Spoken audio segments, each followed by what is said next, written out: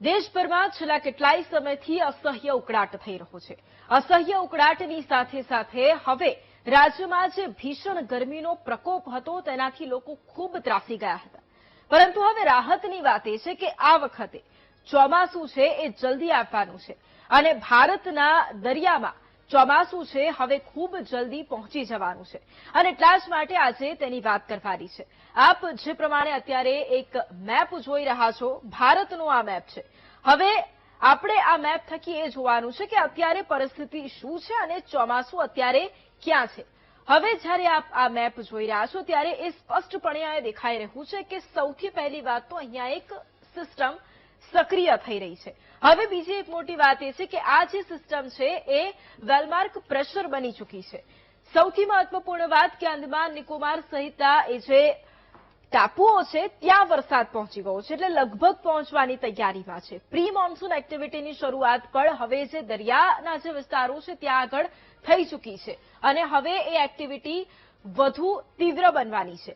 હવે જ્યારે આપણે આ મેપ જોઈ રહ્યા છીએ ત્યારે સૌથી મોટી વાત છે કે જ્યારે વરસાદની શરૂઆત આ વિસ્તારોમાં થઈ જતી હોય અને જ્યારે વરસાદ વરસવાની શરૂઆત ભારતના દરિયા વિસ્તારોમાં થતી હોય ત્યારબાદ જે આ ચોમાસું છે તે આ તરફ ગતિ પકડતું હોય છે। હવે જ્યારે એક તરફ આ પવનો પણ આ તરફના હોય, સીધી અસર દક્ષિણ ભારતમાં, એટલે કે સૌથી પહેલા ચોમાસું જો ક્યાંક આવતું હોય તો એ ભારતમાં કેરળમાં આવતું હોય છે। એટલે જ્યારે અહીંયા દરિયા કિનારાના વિસ્તારો ત્યાં આગળ શરૂઆત થઈ ગઈ છે, આ પવનો આ તરફ એટલે કે અરબ સાગરમાં પણ એક એક્ટિવિટી છે, પ્રી મોન્સૂન એક્ટિવિટીની શરૂઆત થઈ ગઈ છે અને તેની સાથે સાથે પહેલેથી જ અહીંયા એક સિસ્ટમ પણ સક્રિય થઈ ગઈ છે, એટલે તેની પણ એક સીધી અસર જોવા મળશે।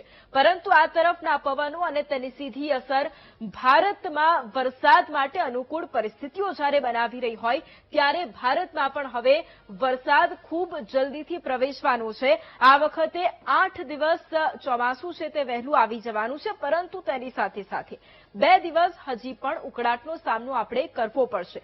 આ તો ચોમાસાની વાત કરી, આગળ આપણે ગરમી વિશે પણ સમજવાનું છે કે ગરમીની પરિસ્થિતિ શું રહેવાની છે, કારણ કે અસહ્ય ઉકળાટ, અસહ્ય ગરમી અને આ વખતે ગુજરાતના અનેક જિલ્લાઓની અંદર જે પારો હતો તે 40 ડિગ્રીને પાર, 44 ડિગ્રીને પાર પહોંચી ગયો હતો। એટલે હવે વરસાદની વાત કરી, લગભગ 2 દિવસ બાદ ગરમીમાં થોડી ઘણી રાહત મળવાની છે, કારણ કે 2 થી 3 ડિગ્રીનો ઘટાડો ત્યાં આવી જવાનો છે, કારણ કે પ્રી મોન્સૂન એક્ટિવિટી શરૂ થવાની છે। ગુજરાતની અંદર 15 જૂન સુધી ચોમાસાની એન્ટ્રી થઈ જાય તેવી પણ શક્યતા છે અને કેરળમાં 26 મે સુધી જે એન્ટ્રી છે તે થઈ જાય તેવી પણ પૂરેપૂરી શક્યતાઓ છે।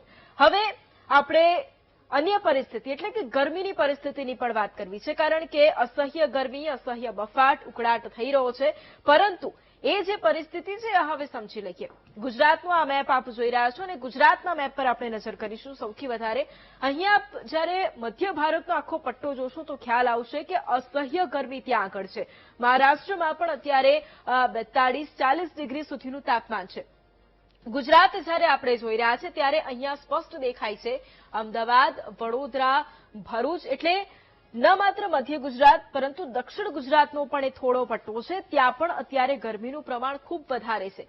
તાપમાન આપ પણ ત્યાં જોઈ શકો છો કે 40 ડિગ્રીને પાર તાપમાન પહોંચી ચૂક્યું છે। આજે પણ અમદાવાદ હોય, વડોદરા હોય ત્યાં અસહ્ય ગરમી, આવતીકાલે પણ એ જ પરિસ્થિતિ રહેવાની છે। આ તરફ અહીંયા રાજકોટમાં આપ જોઈ રહ્યા છો, સુરેન્દ્રનગરમાં પણ વરસાદી માહોલ ગરમીનો જે આખો માહોલ છે તે રહેવાનો છે। એની સાથે સાથે કોસ્ટલ એરિયા જ્યારે આપ જોશો ત્યારે ત્યાં અત્યારે ગરમીનું પ્રમાણ ઓછું થયું છે અને એનું એક સીધું કારણ એ અત્યારે સામે આવ્યું છે કે અરબ સાગરની અંદર જે સિસ્ટમ સક્રિય થઈ છે તે સીધી અસર કરી રહી છે। હવે અહીંયા કચ્છમાં પણ આપ જોઈ રહ્યા છો કે કચ્છના જે પટ્ટાઓ છે ત્યાં પણ જે પ્રક્રિયા છે પ્રી મોન્સૂન એક્ટિવિટીની તેની પણ શરૂઆત થઈ ગઈ છે। એટલે આખી આ જે બાબતો છે તે આપણે સમજ્યા છે કે જ્યારે એક તરફ પ્રી મોન્સૂન એક્ટિવિટીની શરૂઆત થઈ તેની સાથે સાથે જે ગરમીનો પ્રકોપ છે તે પણ હવે ઘટી રહ્યો છે। અત્યારે થોડા